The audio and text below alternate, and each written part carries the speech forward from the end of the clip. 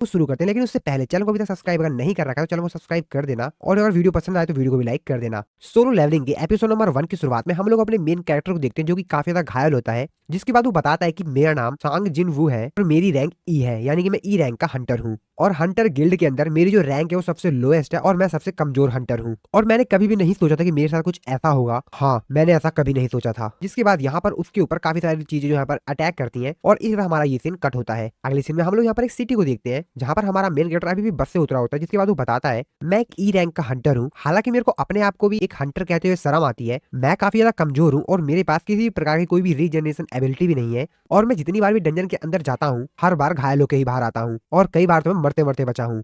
और एक हंटर की जो जॉब है वो काफी ज्यादा खतरनाक होती है, क्योंकि वो अपनी जिंदगी को दांव पे लगाते हैं, और मैं इसको इसलिए नहीं करता हूँ क्योंकि मेरे को ये पसंद है। जिसके बाद सांग जिन वू एक कंस्ट्रक्शन साइट के पास पहुंचता है। इस कंस्ट्रक्शन साइट पे एक पोर्टल ओपन होता है, जिसकी मदद से ये लोग डंजन के अंदर जा सकते हैं और वहां पे हंटिंग कर सकते हैं।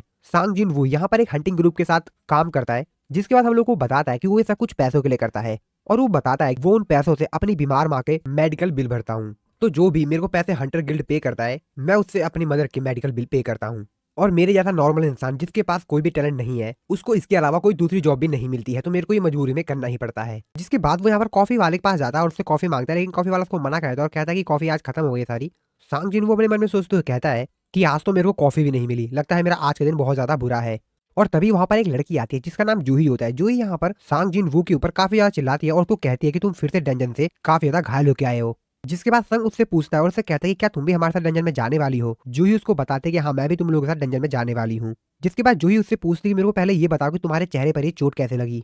संग उसको कहता है कि मेरे को नहीं पता, शायद ये मेरे को जब मैं हंटिंग कर रहा था उसके दौरान मेरे को चोटें लग गई होंगी। जिसके बाद ये दोनों एक जगह पर बैठ के बातें करते हैं। जिसके बाद जूही उससे पूछती है कि अच्छा मेरे को ये बताओ कि आखिरकार ऐसा क्या हुआ था हंटिंग के दौरान कि तुमको इतनी ज्यादा चोटें लग गई। जूही उससे कहती है क्या तुम इतने ज्यादा यहाँ पर घायल हो गए थे कि तुमको हॉस्पिटल जाना पड़ा। संग उसको बताता है कि हाँ बिल्कुल।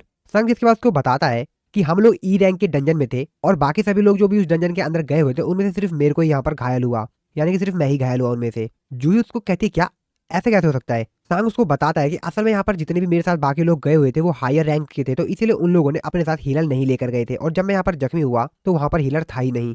जिसपे जूही उनके ऊपर काफी ज्यादा गुस्सा करते हुए कहती है कि वो लोग हीलर क्यों नहीं लेकर गए। संग उसको कहता है कि अरे नहीं सही है, कोई दिक्कत नहीं है, ऐसा इसीलिए हुआ क्योंकि मैं कमजोर हूँ।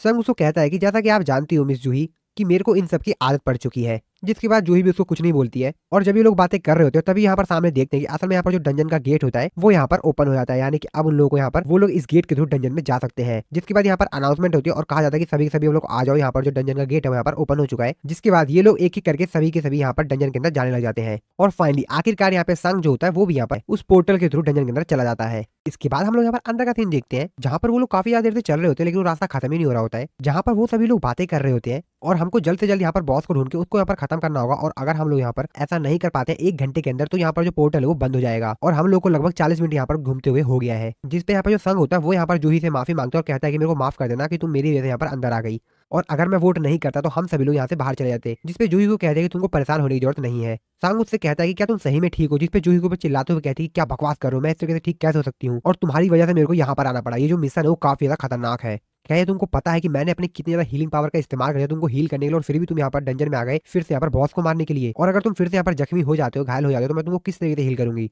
जिसपे संग कहता है कि असल में यहाँ पर इसी वजह से जिंदा हूँ क्योंकि ये एक बी रैंक की हीलर है जो कि मेरे को हरदम फ्री में यहाँ पर हील कर देती है। जिसके बाद दोनों आपस में थोड़ी बहुत और बातचीत करते हैं। इसके बाद चलते चलते ये लोग यहाँ पर एक जगह पे पहुंच जाते हैं जिसके सामने एक बहुत बड़ा सा दरवाजा होता है। उनका लीडर उनसे कहता है कि मेरे को लगता है कि इस दरवाजे के पार बॉस है। जिस पर उनसे एक बंदा कहता है कि यहाँ पर अगर ये बॉस का रूम है तो ये ज्यादा खतरनाक क्यों नहीं लग रहा है, डरावना क्यों नहीं लग रहा है, यहाँ पर तो काफी सारे मॉन्स्टर्स होने चाहिए थे आसपास, लेकिन ऐसा कुछ भी नहीं है, क्या सही में ये बॉस का रूम है भी या नहीं। जिसके बाद उनका जो लीडर होता है वो यहाँ पर जाके दरवाजा खोलता है और कहता है कि हम लोग इतना अंदर आने के बाद वापस तो नहीं जाएंगे, और मेरे को लगता है कि हम लोग यहाँ पर पहले ही हंटर हैं जो कि जगह पे आए हैं, अगर तुम लोग को वापस जाना है तो तुम लोग वापस जा सकते हो। आपस में थोड़ी बहुत बातचीत करने के बाद फाइनली ये लोग उस गेट को खोल देते हैं और गेट के अंदर चले जाते हैं। और अंदर का माहौल देखकर ये सभी लोग कहते हैं कि ये तो काफी ज्यादा बड़ा एरिया है अंदर। सामने वो लोग देखते हैं कि बहुत बड़ा स्टैचू होता है, उसके साथ में काफी ज्यादा छोटे छोटे स्टैचू होते हैं, और वो जो छोटे स्टैचू होते हैं उनमें से किसी के पास तो वीपन्स होते हैं, किसी के पास म्यूजिकल इंस्ट्रूमेंट होते हैं, और कई के पास और भी दूसरे प्रकार के हथियार होते हैं। होते हैं। जिसके बाद वो सभी लोग सामने बीच में जो कि बड़ा सा स्टैचू होता है उसको देखते हुए कहते हैं कि क्या ये इन सभी लोगों का बॉस है, क्योंकि इन सभी स्टैचू में से यही सबसे बड़ा स्टैचू लग रहा है। लेकिन वो जो लीडर होता है वो कहता है कि अरे नहीं, ये कैसे बॉस हो सकता है, ये तो एक स्टैचू है सिर्फ। जिसके बाद वो सभी लोग आसपास हर जगह चेक करते हैं और यहाँ पर बताते हैं कि आसपास यहाँ पर कुछ भी नहीं है, यहाँ पर एक भी मॉन्स्टर नहीं है। सामने बस ये जो स्टैचूज दिख रहे हैं यही सब स्टैचूज है, इन स्टैचूज के अलावा यहाँ पर कुछ भी नहीं है।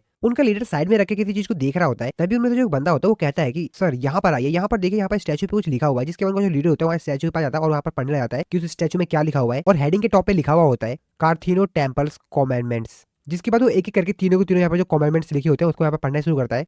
सबसे पहली होती है लॉर्ड की पूजा करो, और दूसरी लिखी होती है लॉर्ड की तारीफ करो, और तीसरी होती है अपने वफादारी को साबित करो। और तभी जूही जो होती है वो संग से कहती है कि उधर देखो। मेरे को ऐसा क्यों लग रहा है कि वो जो स्टैचू है उसकी आंखें हिल रही है, वो जो बड़ा वाला बॉस है उसकी आंखें। जिस पे संग कहता है कि हाँ मेरे को तो ऐसा नहीं लग रहा है। और तभी उसको एहसास होता है और कहता है कि मेरे को यहाँ पर कुछ गड़बड़ क्यों लग रहा है। जिसके बाद उनको लीडर बताता है कि असल में इन कमेंटमेंट्स के नीचे लिखा हुआ है कि जो इनको फॉलो नहीं करेगा वो इस रूम से जिंदा वापस बाहर नहीं जा पाएगा। और ऐसा कहने साथ यहाँ पर जो दरवाजा होता है वो भी यहाँ पर बंद हो जाता है, जिसको देखकर सभी लोग वहाँ पे काफी ज्यादा घबरा जाते हैं, काफी ज्यादा डर जाते हैं। उनमें से जो एक बंदा होता है वो कहता है कि तुम लोग तो बेमतलब में डर गए, रुको मैं यहाँ पर अभी जाकर दरवाजा खोलता हूँ। और वो उन लोगों से कहता है कि यहाँ पर जो भी खजाना वगैरह मिलेगा वो तुम लोग रख लेना, मैं तो बस यहाँ से बाहर जा रहा हूँ। और जाते हुए यहाँ पर जाके गेट को छूता है तभी उनको जो लीडर होता है वो चिल्लाते हुए कहता है कि रुको, दरवाजा गेट मत छूना, वहाँ पीछे हटो। और तभी हम लोग देखते हैं कि वहाँ पर जो स्टैचू होता है वो यहाँ पर उसके ऊपर एक कुल्हाड़ी चलाता है और उसको मार देता है और फिर से अपने पोजीशन में जाके खड़ा हो जाता है। जिसको देखने के बाद यहाँ पर जितने भी लोग होते हैं काफी ज्यादा हैरान होते हैं, काफी ज्यादा डर जाते हैं, क्योंकि उनमें से जो उनका एक साथी है वो मारा जा चुका है। संग और जिन्हू दोनों काफी ज्यादा घबरा जाते हैं। जिसपे जिन्हू कहती है कि अगर ये वाला स्टैचू हिल सकता है इसका मतलब यहाँ पर जितने स्टैचू है क्या ये भी हिल सकते हैं। और यहाँ पर वो जो बॉस का स्टैचू था वो भी यहाँ पर हिल रही थी, उसको देखो, मेरे को लग रहा है कि ये स्टैचू भी यहाँ पर हिल रहा है, इसकी आंखें भी हिल रही हैं। और इसी सीन के साथ ये वाला जो एपिसोड है यहाँ पर खत्म हो जाता है। तो दोस्तों नेक्स्ट एपिसोड को देखने के लिए चैनल को सब्सक्राइब जरूर से कर देना, वीडियो अच्छी लगी वीडियो को लाइक कर देना। मिलता हूँ मैं आपको नेक्स्ट वीडियो के अंदर, मिलता हूँ मैं आप लोगों को नेक्स्ट वीडियो में।